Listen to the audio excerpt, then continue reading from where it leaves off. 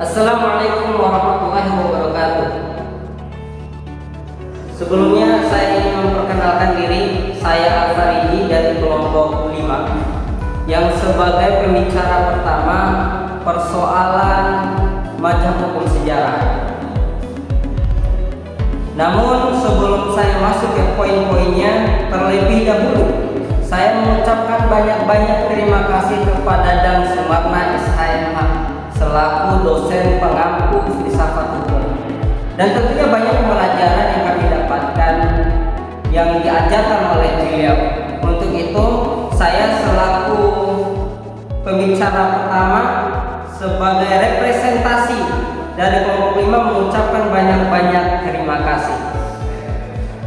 Oke, baik para pendengar yang budiman, berbicara mengenai masalah filsafat sejarah, filsafat hukum, itu sebenarnya kita tidak luput juga untuk membahas tokoh Friedrich Karl von Savigny,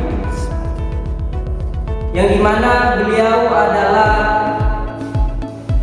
seorang berbangsa Jerman kelahiran 1779. Mazhab hukum sejarah itu diawali dengan tulisan beliau yang berjudul Himbauan Masa Kini akan Hukum dan Ilmu Hukum.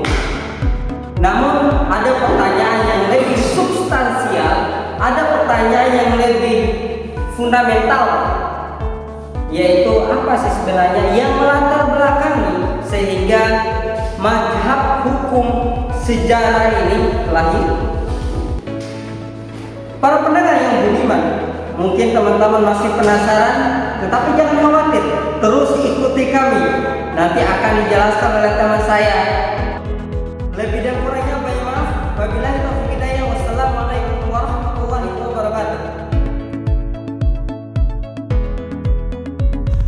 Mazhab ini dipengaruhi oleh Montesquieu melalui bukunya 1 Esprit de Cois yang menyatakan adanya hubungan antara jiwa bangsa dengan hukumnya. Selain dari itu dipengaruhi oleh paham nasionalisme yang mulai timbul di abad ke-19. Lahirnya mazhab ini juga merupakan reaksi yang dikemukakan oleh Tribault yang menghendaki modifikasi hukum negara Jerman berdasarkan hukum Prancis, serta reaksi tidak langsung terhadap hukum alam dan hukum positif.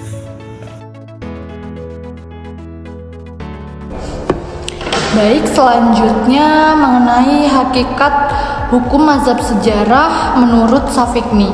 Hukum merupakan pencerminan dari jiwa rakyat yang membentuk hukum itu sendiri. Semua hukum berasal dari pembentukan undang-undang.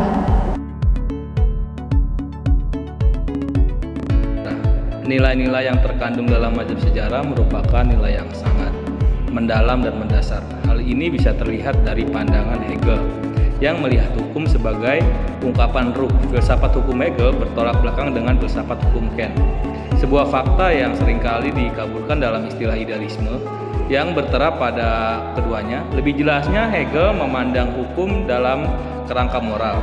Etika Hegel dan filsafat hukum Kant merupakan satu kesatuan. Hukum negara dan etika merupakan jabaran perkembangan sejarah yang merupakan manifestasi dari ruh bangsa. Dan ruh bangsa ini secara keseluruhan merupakan pengejawatan dari ruh dunia. Konsepsi hukum Hegel berkaitan erat dengan pandangan metafisikanya mengenai peran agama dan ruh, yakni ruh Tuhan. Menurut Hegel, pengadilan memiliki arti yang sangat penting kendati dia tidak berharap memberinya fungsi legalisasi. Meski demikian, pengadilan memiliki tugas mengakui hukum sebagai hak yang diungkapkan dalam undang-undang dan mempraktekannya secara aktual.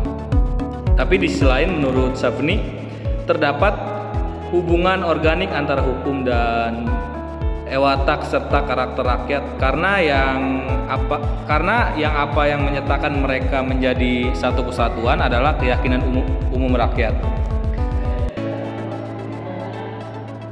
Frasa yang sama mengenai kebutuhan internal yang melepaskan semua pemikiran yang muncul secara kebetulan dan berubah-ubah. Menurut gagasan ini, hukum adat merupakan hukum kehidupan yang sejati.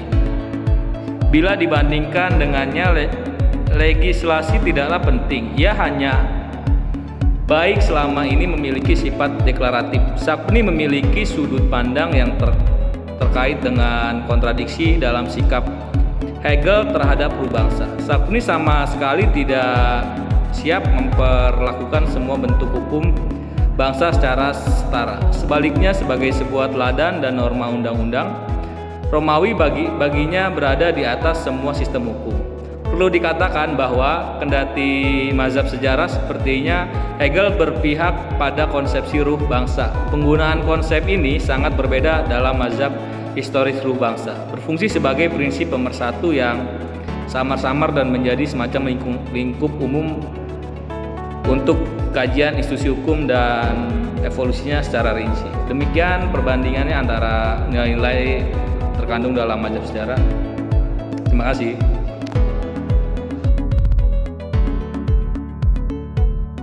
Dalam mazhab ini memiliki kelebihan dan kekurangan. Adapun kelebihannya yaitu memiliki sikap yang tegas yang mengatakan bahwa hukum itu merupakan derivasi nilai-nilai yang dianut oleh suatu masyarakat.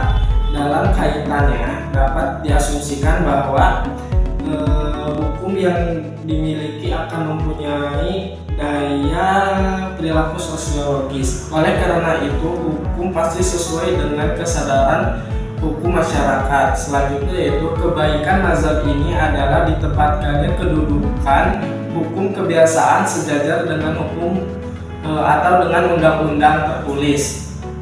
Sikap semacam ini dapat mencegah kepicikan orang akan wujud hukum yang utuh. Kelemahannya yaitu yang pertama, penolakan hukum tertulis. Yang dimaksud sebagai hukum bagi mazhab sejarah ini yaitu hukum kebiasaan tidak tertulis yang berkembang pada masyarakat sebagai penanggung jawab dari sistem nilai. Kepastian dari kesadaran hukum ini sebagai norma yang bersikap kemasyarakatan tampak pada aturan-aturan tidak tertulis. Sikap seperti ini menegaskan perubahan masyarakat. Oleh karena itu, Safigny menentang perubahan hukum tersebut. Dan karena itu, apa yang terjadi? Ucapan ahli hukum dianggap terjemahan dari jiwa masyarakat. Yang kedua yaitu ketidakjelasan konsep kesadaran hukum dan jiwa masyarakat. Kesadaran hukum yang merupakan pandangan hidup dalam masyarakat tentang apa hukum itu. Menurut pandangan mazhab sejarah ini bukanlah merupakan pertimbangan rasional, tetapi berkembang dan dipengaruhi oleh berbagai faktor yaitu agama, ekonomi, politik. Sebagaimana pandangan ini selalu berubah, oleh karena itu hukum pun selalu tidak sama. Selanjutnya yaitu konsep jiwa masyarakat. Dalam mazhab ini tidak dapat menunjukkan secara jelas bagaimana isi dari ruang lingkupnya, sehingga amat sulit melihat fungsi dan perkembangannya sebagai sumber utama hukum menurut mazhab ini. Yang terakhir yaitu yang ketiga, inkonsistensi jiwa rakyat sebagai sumber hukum.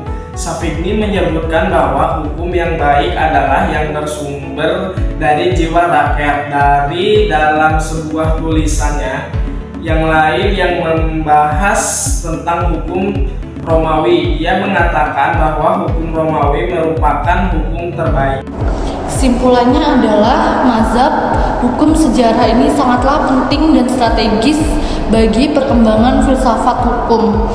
Esensi dan nilai strategisnya terletak pada konsepsi yang mengedepankan jiwa bangsa sebagai sumber hukum. Meskipun konsepsinya tidak sempurna, tapi memberikan pencerahan dan kekuatan akan adanya hukum nasional.